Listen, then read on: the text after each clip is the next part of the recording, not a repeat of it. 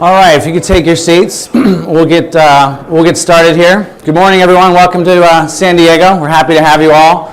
We're very excited about this conference. We've been spending a lot of time on this conference, probably more so than any other conference we've put on at Greentech Media, because it really brought together, given the topic of grid edge and the role of distributed generation and distributed storage and other things happening behind the meter and the impact that has on the grid infrastructure itself. It really brought together all the various groups within GTM, because obviously we cover grid infrastructure, we cover distributed PV in great detail, as well as storage and home energy management systems and all those types of things. So there was no lack of effort literally from everyone in our company in terms of bringing this together, and we're happy to have all of you here today with us. So I'm just going to run through a quick half-hour introduction before we get the session started. So a couple of housekeeping notes to get started. We've got about 400 people here, so again, welcome to all of you. Over 120 utility professionals from over 40 utilities around the world.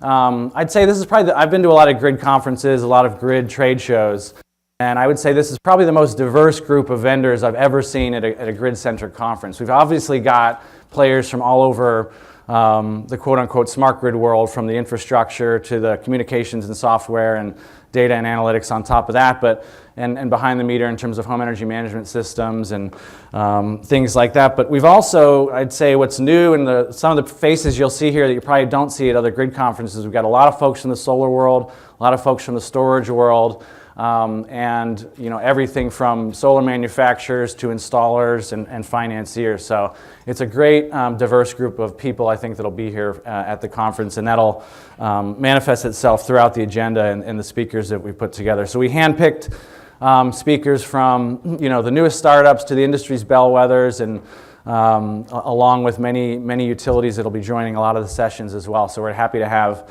such a great group of thought leaders here to share their thoughts on the grid edge itself and the more specific aspects of it as we get into the various sessions. So the sessions are curated specific to what we felt is the industry's most pressing topics at the grid edge. The agenda is actually on the back of your badge, so you can kind of see that, and when we break into tracks in the afternoon, try to attend the sessions that are most interesting to you. And we're very happy to have C3 Energy, our signature sponsor, and the fantastic espresso that they provided for us this morning at the registration. That'll be available throughout the day as well, so thanks for that. With that, I'd like to thank all of our sponsors for helping make this conference what it is, and I'd like to give a special thanks to our host utility, SDG&E. There's a lot of folks from SDG&E here in the audience and several on the agenda. Again, a thanks to C3 Energy, our signature sponsor. We've got a lot of other great sponsors that are here. Most of them will be speaking throughout the agenda, and you'll get a chance to network with them throughout the next couple of days. So before we get started, all the presentation materials will be available after the conference. A lot of the sessions will be moderated discussion, but there will be a few presentations throughout the next couple of days. As I mentioned, the full agenda is on the back of your badge. Lunch this afternoon will be in the Banyan Court and Lawn. It's across the parking lot right behind where the espresso was this morning. And we'll break into two tracks this afternoon. So this morning, we'll kind of set the stage with a quick intro by me, and then a roundtable discussion. And then Tom Siebel, our keynote speaker from C3 Energy, will give his thoughts on the market at large and where they see it going forward. And I'll give him a bit more of a detailed introduction when he comes up on stage a little bit later. The networking reception will take place tonight with live music, also in the Banyan Court. The live music's actually going to be led by one of our own employees. He's put a jazz ensemble together, and he's been playing saxophone for over 10 years. So we're happy to have him and his fellow musicians with us. And don't miss tomorrow morning's first session. We published our first ebook just about 2 weeks ago, I think, on the changing of the grid infrastructure based on Superstorm Sandy and expected climactic-related events into the future. And it's available for free download on our website, and we have a whole panel discussion starting off tomorrow morning around that specific topic. And many of Greentech Media's over 5 million annual visitors are actually be watching us over live stream today. So hello to obviously everyone here in the room, but hello to those that are watching online. So I wanted to just take a few minutes and talk about what we did yesterday to kind of set up the next few slides for the intro this morning. In addition to GRICOGE Live, which is kind of the culmination of a conference around all of these topics, we have kind of an ongoing research practice and executive council that meets regularly throughout the year. It's a group that has, we launched it last fall, and I'd say it's probably over doubled in terms of the number of member companies. You can see the members there. We've got over 60 members now. And a majority of these, I think almost everyone was in the room yesterday. We spent the afternoon kind of setting up the discussion for today around what the real disruptors are in this kind of era that we're entering, what we call kind of a new energy system. So it's no longer, we at Greentech Media and GTM Research, we had a siloed solar market research practice and a smart grid market research practice. But over the course of the last couple of years, we saw those two coming closer and closer together with the impact that PV and in the future probably distributed storage are going to have on the grid itself. And it really changed the way that we started to look at what the industry calls smart grid. And we shifted it over to this grid edge because we really view it as an energy system. The grid is going to evolve based on things that are happening at the edge, and the forces at the edge are causing disruptions and opportunities for the grid itself, and one can't operate without the other. So that's why we formed the Grid Edge Executive Council. It's rooted in our market research from our analysts, but it's really a think tank of thought leaders from around the industry, these companies in particular, that meet 3 to 4 times a year on specific topics. And most of the time we make those topics relatively detailed, and we get into a quite amount of detail on specific things around PV penetration or specific things around data and analytics or energy storage. But yesterday, what we did was we had picked 10 disruptors going into the meeting, 10 potential disruptors for this market going forward. And a disruptor is something that will, cause the electric utility industry to face some change in terms of how they architect their networks, how they plan their distribution operations, how they fundamentally deliver electricity to customers in the future. And what we had done was started out with these first 10, so I'll just run through them really quickly. Rapid distributed generation adoption, massive cyber attack, rapid electric vehicle adoption, Internet of Things both on the grid side and on the home side, rapid customer-sided energy storage adoption, the growing use of big data for energy, Superstorm Sandy-driven events for reliability, regulatory overhaul leading to new utility business models, and rapid energy efficiency and demand-side management adoption, and finally, this was one of the more controversial ones, but increasing grid defection. And by grid defection, we were pretty stringent in our view of that, meaning that it was fully off-grid and there was no tie to the grid for backup or anything like that. And what we did was we asked all the council members yesterday to go through this list and pick 5 that they thought were the 5 most disruptive forces. And the distribution looked like this. So the first 2, I'd say the first 3 were for me probably relatively obvious in what I had expected. So DG adoption, one of the main reasons we're here today, was clearly the first disruptor, followed by energy storage, followed by regulatory overhaul. And then I think it got a little bit interesting in terms of how the rest of them played out in order. Internet of Things was 4th, and grid defection was actually 5th. We were actually very surprised that grid defection made it into the top 5 disruptors. We feel that it could potentially be a massive disruption to the industry, but we also feel that it's potentially unlikely or very far out into the future. It created a lot of interesting discussion amongst the group yesterday. I was personally surprised to see Big data not make it into the top 5, although very close.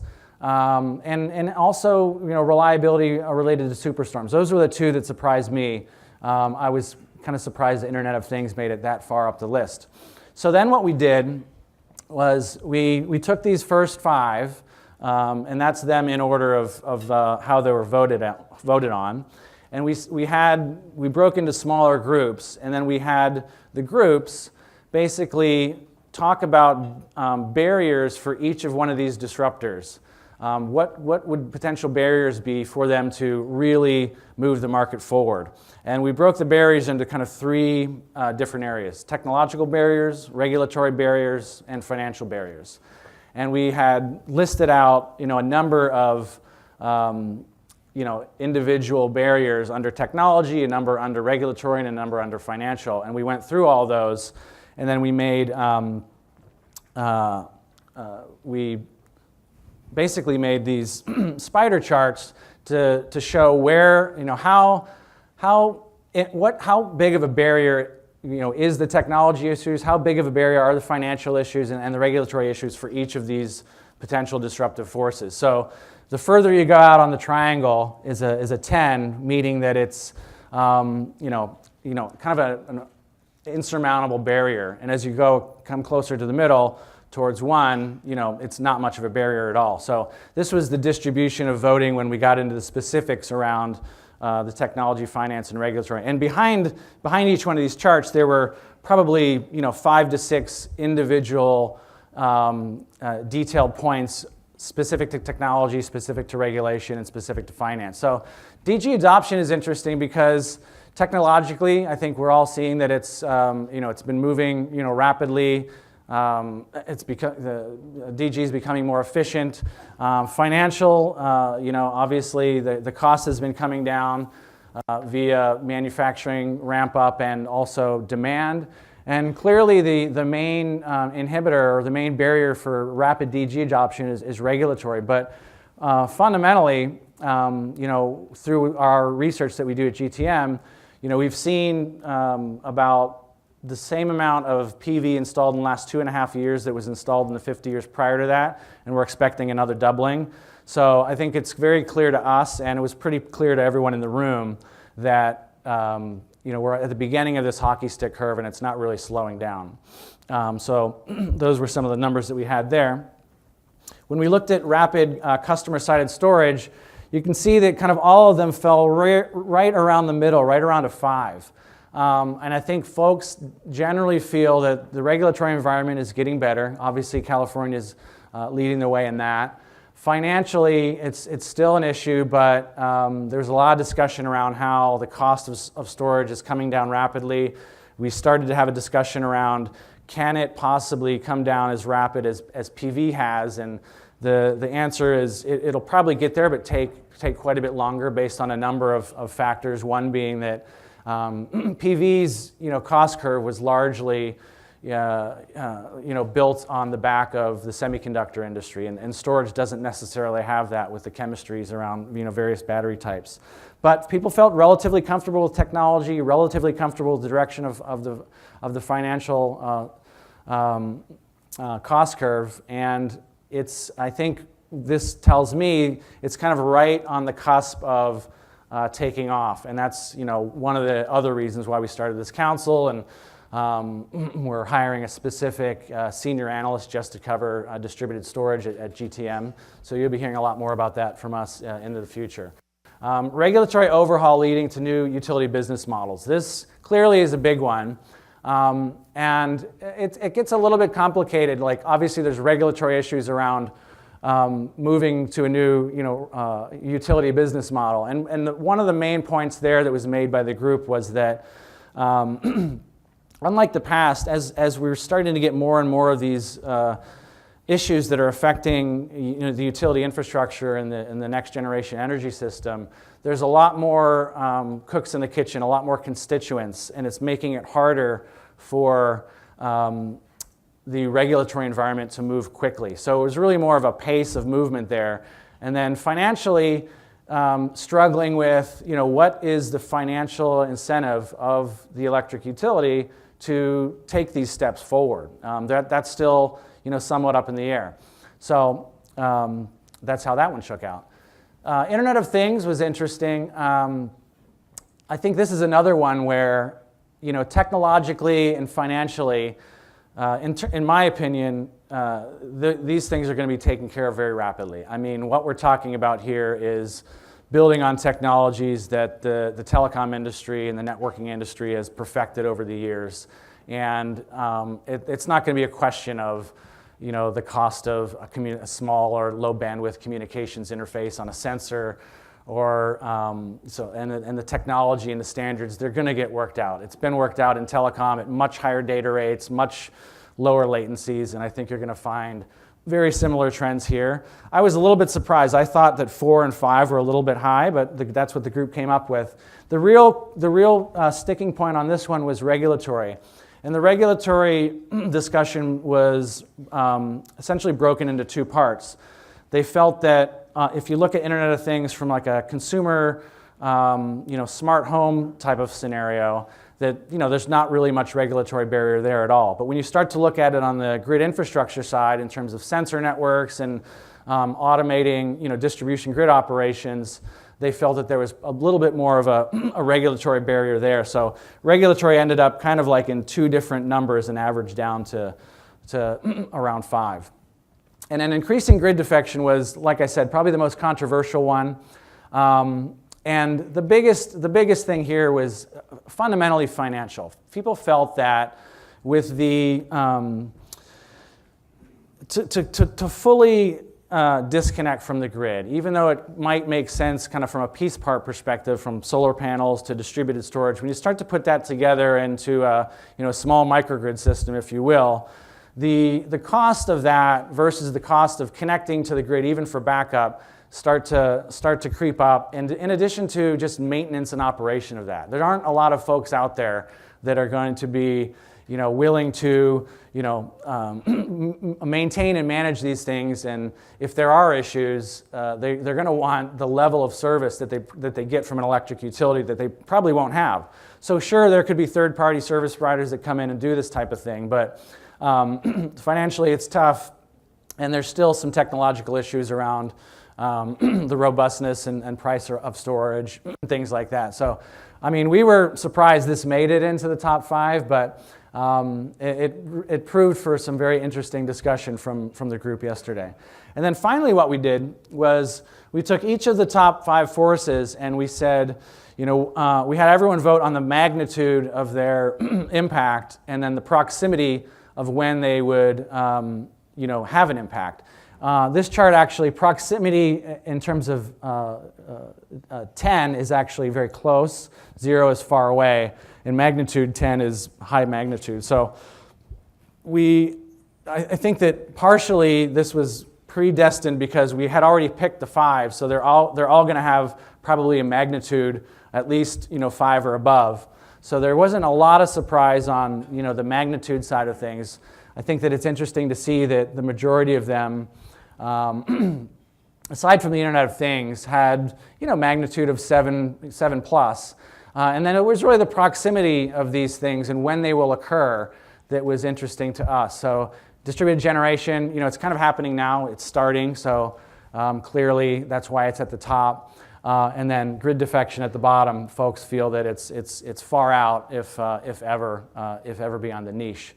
So I think the interesting thing about this whole exercise is it got the group thinking about these issues, thinking about the technological impacts in addition to the regulatory and financial impacts. But more importantly, it was kind of like a real-time market research / survey project with some of the greatest companies and thought leaders in the industry. So it was an interesting afternoon, and just this data alone, I think, can tell us a lot around what we should be thinking about, what we should be planning for, in addition to the other barriers that we had there that we didn't get the time to go into in detail.